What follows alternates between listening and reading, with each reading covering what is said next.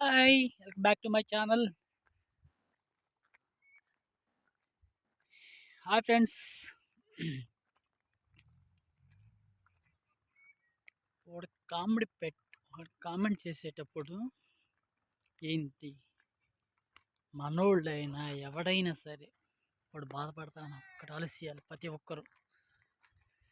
ఏముంది నీ ఇష్టం వచ్చినట్టు కామెడీ పెడతావు, అది చూసి వాడు బాధపడతావేగా. సరే వాడు అనుకుంది సపోజ్ మాటర్స్కి ఏమన్నా వాడు చెయ్యరాని ఏమైనా చేస్తున్నాడా, లేకపోతే వాడు ఏమైనా అసభ్యంగా ప్రవర్తిస్తున్నాడా అంటే నువ్వు కామెడీ పెట్టిన దానికి నిజమే, కరెక్టే, దానికి సరిపోద్ది. బట్ వాడు బాధలేని వాడు పడుతున్నప్పుడు అట్లాంటి బ్యాడ్ కామెంట్స్ పెట్టి బాధపడతా చాలా అవసరం అంటావా?